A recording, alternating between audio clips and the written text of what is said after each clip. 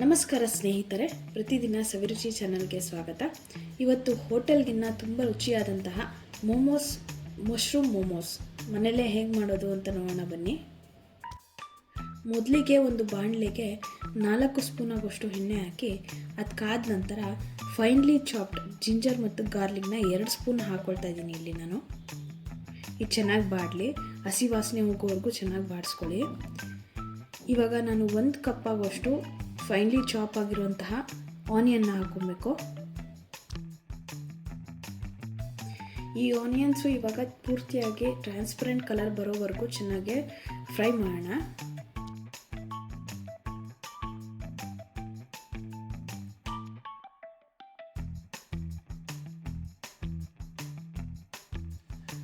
ಈಗ ನಾವು 1.5 ಸ್ಪೂನ್ ಅಷ್ಟು ಖಾರದ ಪುಡಿ ಮತ್ತು ರುಚಿಗೆ ತಕ್ಕಷ್ಟು ಸಾಲ್ಟ್ನ ಎರಡೂ ಹಾಕ್ಕೊಂಡು ಒಂದು ಸ್ವಲ್ಪ ಹುರ್ಕೊಬೇಕು.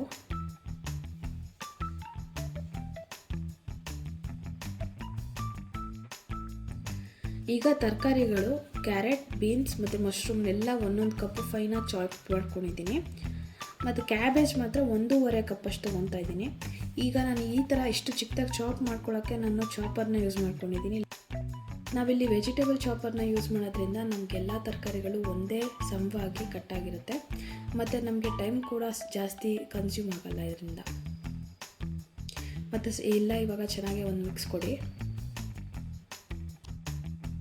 ವೆಜಿಟೇಬಲ್ಸ್ ಎಲ್ಲ ಚೆನ್ನಾಗಿ ಬಾಡಿದ ನಂತರ 2 ಸ್ಪೂನ್ ಆಗುವಷ್ಟು ಸೋಯಾ ಸಾಸ್ನ ಹಾಕ್ಕೊಬೇಕು.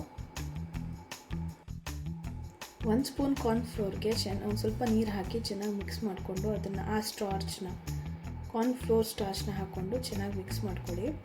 ಸ್ವಲ್ಪ 1 ಕ್ಯೂಬ್ ಅಷ್ಟು ಬೆಣ್ಣೆನ ಹಾಕಿ ಅದನ್ನು ಚೆನ್ನಾಗಿ ಮಿಕ್ಸ್ ಮಾಡಿಕೊಂಡು ಸೈಡಲ್ಲಿ ಇಡಿ. ಈ ಮೋಮೋ ಸ್ಟಫಿಂಗ್ ನಾವೇನು ಮಾಡಿದ್ದೀವಿ ಇದೊಂದು ಸ್ವಲ್ಪ ಕೂಲ್ ಆಗಲಿ. ಈಗ ಮೈದಾ ಹಿಟ್ಟನ್ನು ರೆಡಿ ಮಾಡ್ಕೊಳ್ಳೋಣ.